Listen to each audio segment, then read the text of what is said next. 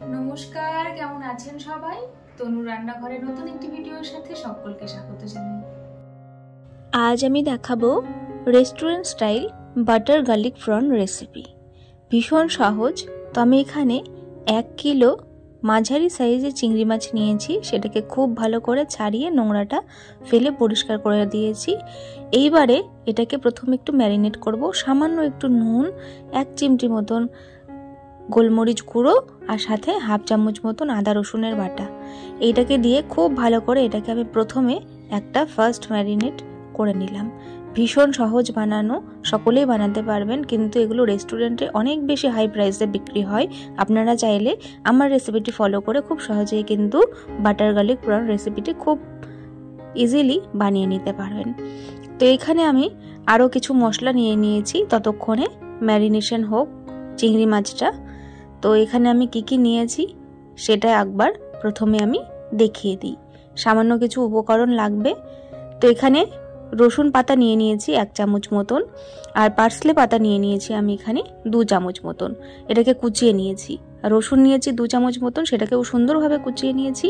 আদা রসুনের পেস্ট নিয়েছি হাফ চামচ মতো, আর তার সাথে কর্নফ্লাওয়ার নিয়ে নিয়েছি আমি এখানে 1.5 চামচ মতন, আর সাথে হাফ চামচ মতো নিয়েছি গোলমরিচ গুঁড়ো, হাফ চামচ নিয়ে নিয়েছি চিলি ফ্লেক্স, এখানে নিয়ে নিয়েছি আমি বাটার, যাতে আরও ভালো টেস্ট হয় সেই জন্য।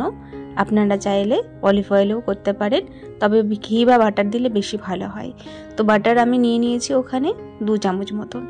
এইবারে যে একটা স্টক বানাতে হবে গ্রেভিটার জন্য, যার জন্য আমি এখানে চিংড়ি মাছের মাথাগুলো বড় বড় সাইজের ছিল, যার জন্য কিন্তু আমি এটাকে না ফেলে এইভাবে কিন্তু চিংড়ি মাছটার মধ্যে খুব সুন্দর করে ফুটিয়ে আমি এটার মাথাটা দিয়েই স্টক বানিয়ে নিয়েছি।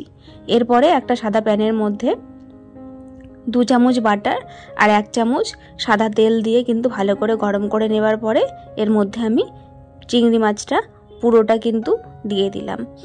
চিংড়ি মাছ এরকম মাঝারি সাইজের নেওয়ার চেষ্টা করবেন, বা বড় সাইজের হলেও খুব ভালোই হয়। তো এইভাবে কিন্তু নাড়াচাড়া করে জাস্ট 2 মিনিট 3 মিনিট মতন চিংড়ি মাছটা হালকা করে ভেজে নিতে হবে। আপনারা চাইলে গ্রেভিটা কিন্তু জল দিয়েও করতে পারেন, তবে এই রকম চিংড়ি মাছের সুন্দর একটা ফ্লেভারটা বজায় থাকে যদি চিংড়ি মাছের মাথাটাকে ইউজ করা যায়। আপনারা চাইলে সেটা ফেলেও দিতে পারেন, বা আমার মতন এইভাবে কিন্তু কাজেও লাগিয়ে নিতে পারেন, এতে কিন্তু টেস্টটা বেশি হয়।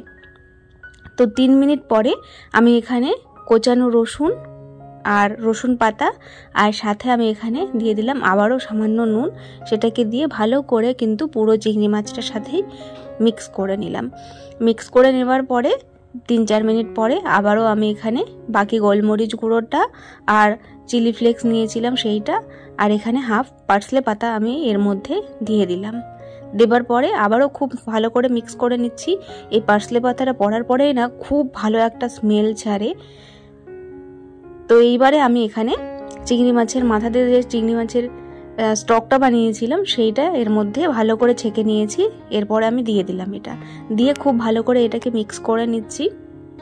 দেখুন খুব ভালো করে কিন্তু বয়েল আসতে শুরু করে দিয়েছে। তো আপনারা চাইলে একদম শুকনো শুকনো গ্রেভি করতে পারেন, অথবা এই রকম করে কিন্তু আপনারা হালকা করে গ্রেভি রাখতে পারেন, দুটোতেই কিন্তু খুব ভালো লাগে। তো এখানে আমি কর্নফ্লাওয়ারটা দিয়ে দিয়েছিলাম, সেটা আমার ভুলের কারণেই একটু মিস্টেক হয়ে গেছে ক্লিপটা নিতে, তো ক্ষমা করবেন। তো আশা করি বুঝতে পারছেন যে কতটা আমি ঘনত্বটা রেখেছি। তো তারপরে বাকি পার্সলে পাতাটা দেওয়ার পরে আবারও হাফ চামচ মতন আমি এখানে বাটার দিয়ে দিলাম, দিয়ে এবারে গ্যাসের ফ্লেমটা অফ করে দিয়েছি। এই পর্যায়ে আমি যে একটা লেবু নিয়েছিলাম 1 চিলতে, সেই লেবুটা কিন্তু দিয়ে দেবো, এটাতে আরও দ্বিগুণ স্বাদ বেড়ে যাবে। লেবুটা কিন্তু দেওয়ার চেষ্টা করবেন, ভীষণ ভালো লাগে খেতে। রেসিপিটি ভালো লাগলে অবশ্যই আমার পাশে থাকবেন আরও এরকম নিত্য নতুন রেসিপি দেখার জন্য। আর যদি এই রেসিপিটি ট্রাই করে থাকেন তাহলে অনুরোধ রইল কমেন্টসে একটি কমেন্টস করে যাবেন কেমন হয়েছিল খেতে।